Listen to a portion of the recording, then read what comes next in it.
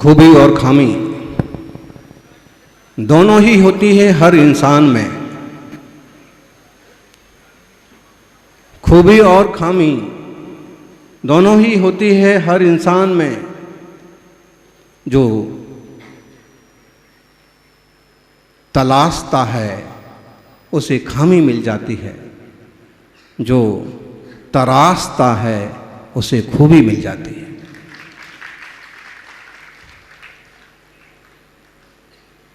हर इंसान के भीतर परमात्मा छुपा हुआ है। हर आत्मा होनहार सिद्ध है। प्रेरक भाई, सिद्ध भगवंतों की आराधना चल रही है। सिद्ध चक्र महामंडल विधान, चक्र का मतलब समूह, सिद्धों का समूह अनंत अनंत परमात्मा है। लोक के अग्रभाग में विराजमान है। केवल 24 तीर्थंकर नहीं हैं, राम भी हैं तो हनुमान भी हैं, युधिष्ठिर भी हैं तो भीम भी हैं। और वो निराकार, वो परम पवित्र परमात्माओं की सिद्धों की आराधना हम सब कर रहे हैं। और सिद्धों की आराधना केवल फल सिद्धत्व होता है। राजनीति में गए, राजनीति में बड़े नेता का सानिध्य लेने का फल क्या होता है? गौतम जी, कौशिक भाई बताएंगे? बड़े नेता का, बड़े नेतृत्व का, अपने से आगे वाले का सानिध्य लेने का फल होता है कि अपन भी कुछ ना कुछ बन जाते हैं। ऐसे ही सिद्धों के सानिध्य का फल होता है कि आत्मा भी एक दिन कुछ ना कुछ बन जाता है। हाथों हाथ प्रधानमंत्री मुख्यमंत्री बने ना बने, विधायक शहर प्रमुख तो बन ही जाएगा। इस पर्याय को अगर हमने सिद्धों की आराधना में लगा दिया तो अभी हाल सिद्ध बने ना बने, देव पर्याय तो मिल ही जाएगी, जहां से हम सिमंदर भगवान के दर्शन बंदन पूजन करके प्रवचन का लाभ ले सकते हैं। स्वर्गों की देवताओं की कैसी परिकल्पना होती है? एक सुंदर सा मुकुट होता है, हार होता है, चेहरे पर मुस्कान होती है, खाना नहीं है, पीना नहीं है, आराम से बैठे हैं, देवी साथ में है। ऐसे ही होता है ना देवता, देख लो आप आगे से पीछे तक। एक सैंपल है कि स्वर्ग के देवता लगभग थोड़े थोड़े कुछ ऐसे होते होंगे। और जब आज हम देव बन करके, देवता का रूप धारण करके भगवान की आराधना कर रहे हैं, तो इस पर्याय के बाद साक्षात देव पर्याय जरूर मिलेगी। साक्षात हम अरहंतों के समोषण में जाके पूजा करेंगे और अरहंतों की आराधना, सिद्धों की आराधना करते करते खुद भी सारे विकारों का, सारे विभावों का, कसायों का विरेचन करके शुद्ध हो जाएंगे, सिद्ध हो जाएंगे, भाव से पार हो जाएंगे। कहीं तो ऐसी जगह होगी जहां भूख नहीं होगी, प्यास नहीं होगी, तकलीफ नहीं होगी। कोई तो ऐसी जगह होगी जहां नींद नहीं होगी, आलस नहीं होगा, क्लेश नहीं होगा। कोई तो ऐसा स्थान होगा जहां पूर्ण शांति होगी, पूर्ण आनंद होगा। सच्चिदानंद घन चैतन्य स्वरूपो हम। कौशिक भाई, क्या छे તમારો દિમાગ ક્યાં છે? વિધાનસભામાં છે। હજુ ફિકર करो मत, देखो सुनो। कोई तो होगी जगह जहां भी संसार में दुख वाली जगह है, मारा मारी, भागा भागी, हिंसा झूठ चोरी वाली स्थिति है, तो कोई ऐसा भी प्लेस होगा, कोई ऐसी भी अवस्था होगी जिसे हम समय सार में कहते हैं शुद्धात्मा, जैसे हम गीता में कहते हैं स्थित प्रज्ञता, जैसे हम जैन शास्त्रों में पढ़ते हैं सिद्धात्मा, शुद्धोपयोग की उपलब्धि। वो एक दशा ऐसी है, वो एक ऐसी पर्याय है। एक बार शुद्ध होने के बाद जैसे सोना शुद्ध नहीं होता, ऐसे एक बार जीव शुद्ध हो जाए तो फिर अशुद्ध नहीं होता। एक बार सिद्ध हो जाए तो संसारी नहीं होता, और संसारियों की तरह मारा मारी, बुक्कड़पना वहाँ नहीं होता। यानी यही बात हमारे सामने है। पूज्यपाद आचार्य कहते हैं, नार्थाच्युत्तिड विनाशात् विविधरसैरन्नपानैरसस्या नास्पृष्टे गन्धमाल्यै नहि मृदुशयनैर्ज्ञाननिद्राद्भावात् आतङ्कार्तेरभावे तदुपशमनं सद्भेषजानर्थ तावत् दीपानर्थक्य बदवा व्यपगत्यमरे दृश्यमाने समस्ते। नार्था, कोई मतलब नहीं है। बताओ, अंधेरा ना हो और दीपक जलाने का कोई मतलब है? फिर आपने क्यों जलवाए इतने सारे दीपक? ये पूजा है, भक्ति है। कभी कभी सूरज की आरती भी दीपक से की जाती है।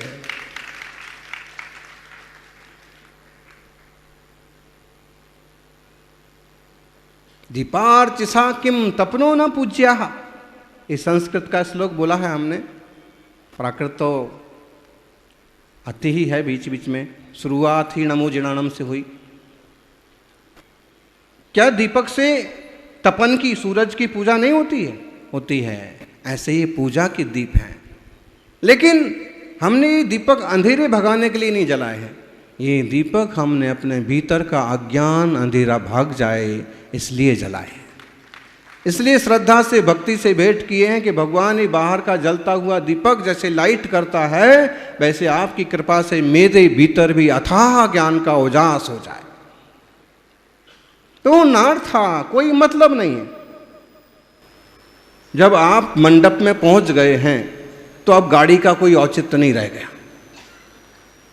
जब आप भोजन पेट भर के आ गए हैं, अब कोई कहे कि बाबूजी फिर चलो, कोई मतलब नहीं रह जाता। मतलब है कि जो तृप्त है,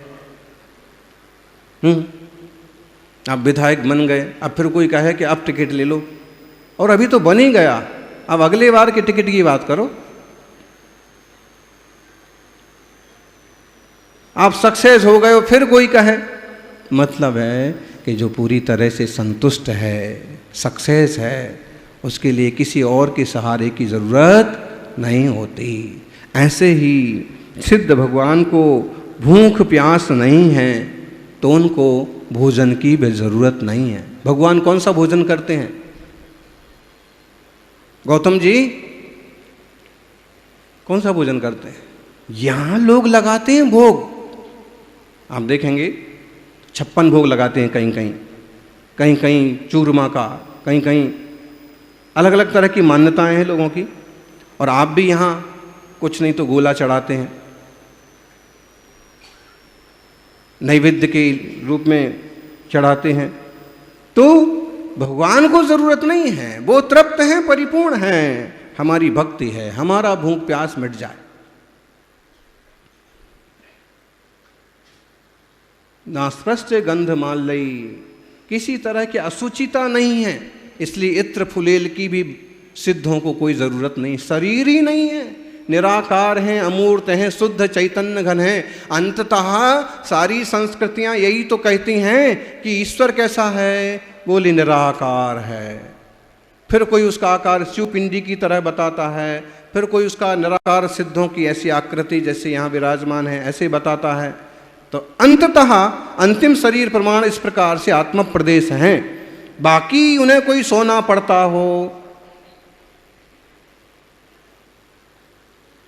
कोई हवा की जरूरत पड़ती हो, कोई कूलर की जरूरत पड़ती हो, कुछ जरूरत नहीं है। क्यों?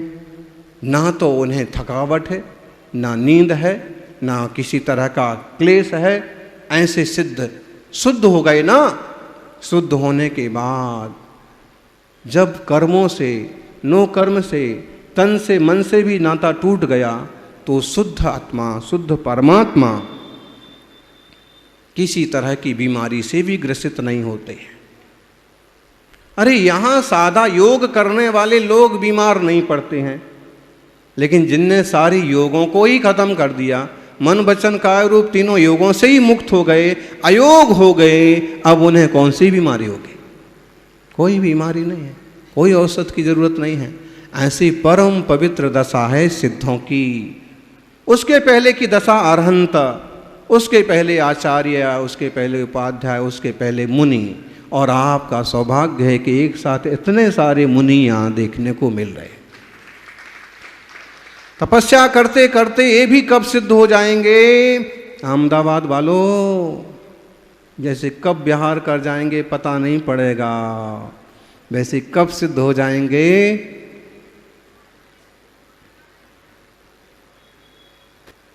यानी खुद को जानो, आत्मानम विद्धि अपरणम विद्धि, खुद को पहचानो, अपने कर्तव्य करो, लेकिन थोड़ी देर अपने लिए भी निकालो। जैसे दर्पण के सामने जाकर के हम देख लेते हैं कि चेहरे पर कोई मैल तो नहीं लगा है, बाल तो ठीक हैं, चश्मा तो सही लगा है, कुर्ता तो ठीक पहना है, पेन सही जगह लगा है। और दर्पण के सामने एक बार कोई बैठ जाए, और खास कर कोई मातृशक्ति हो, तो घंटा आधा घंटा उठने का कोई काम। और उसमें भाई लोग भी इधर से मूंछ कैसी दिख रही है, बिना मूंछ के कैसे दिख रहा हूँ, आजकल तो मोबाइल में आ गया सारे नमूने। जैसे दर्पण के सामने हम देखते हैं कि किस लॉन्च में कैसे दिखते हैं, बिना किस लॉन्च के कैसे दिखते हैं, वैसे ही ऐसे प्रिय श्री जी के सामने जाकर के देखो कि इनके सामने हम कैसे दिखते हैं।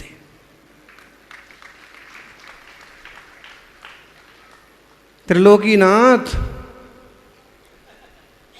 तीर्थंकरों के सामने हम कैसे दिखते हैं? क्या ऐसी शांति हमारी है? कैसी सहज मुद्रा हमारी है? कैसी निश्चिंतता हमारी है? क्या हाथ पर हाथ रख करके बैठ सकते हैं? कौशिक भाई, थोड़ी देर भी हाथ पर हाथ रख के बैठोगे ना, इतने में 50 फोन आ जाएंगे विस्तार से, ये मर गया, वो गिर गया, ये बीमार पड़ गया, और पहुंचो। मुश्किल काम है। इसलिए कहते हैं कि जब ये गृहस्थी का झंझट पूरा हो जाए तो एक बार ऐसे वीतरागता के रास्ते पर जरूर चलना, जहाँ सारे क्लेश एक तरफ रख करके हम साक्षात्कार कर सकते हैं।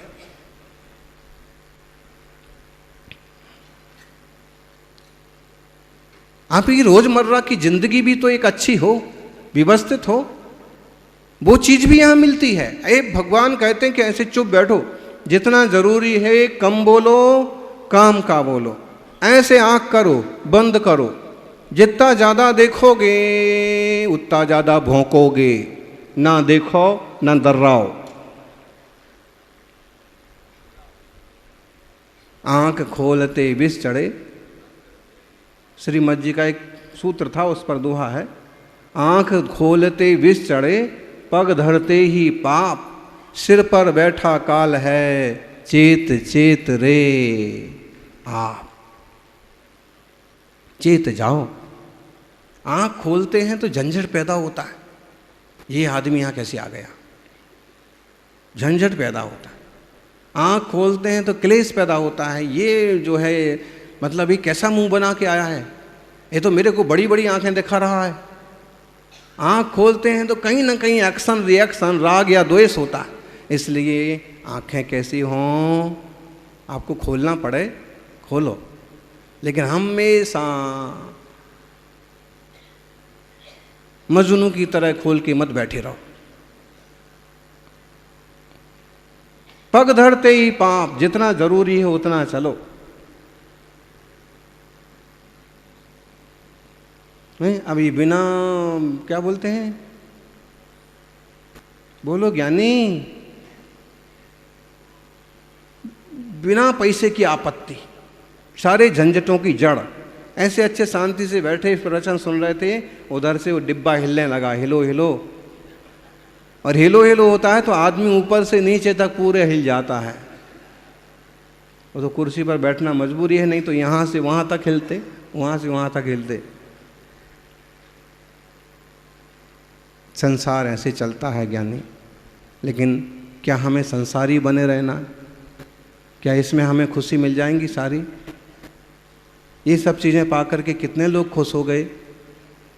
योग वासिष्ठ में लिखा है कि अंततः श्री राम भी कहते हैं कदा संभविष्यामि कर्म निर्मूलन क्षमा।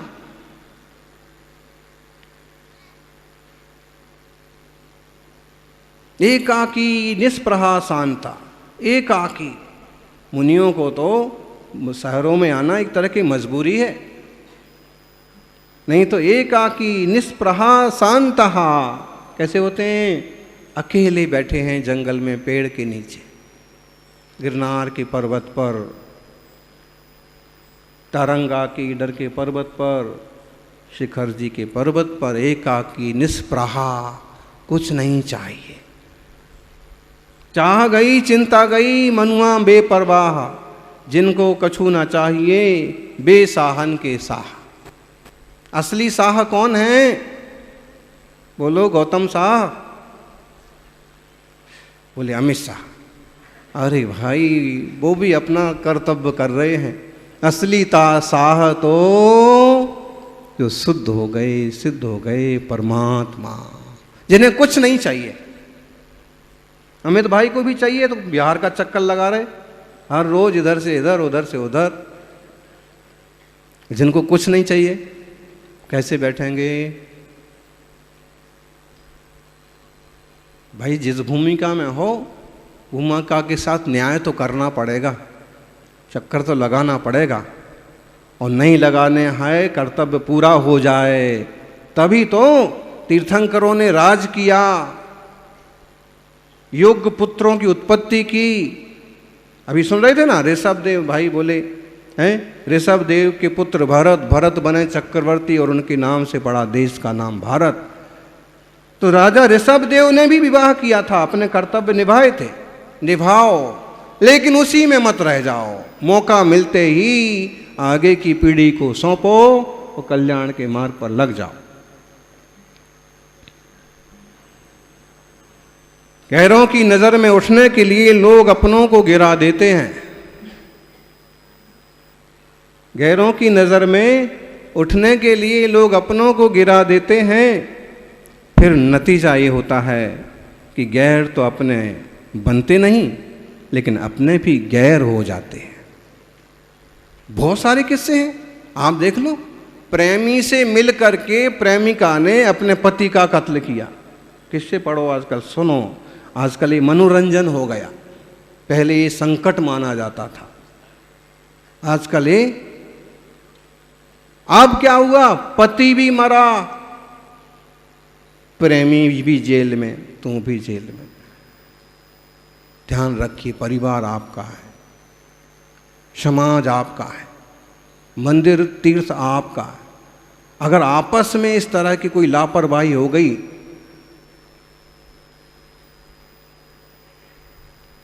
इसलिए ब्रह्मचर्य अणुव्रत की अवधारणा है पति पत्नी और उनका परिवार, बाकी सब लोगों से भाई बहन काका चाचा का व्यवहार।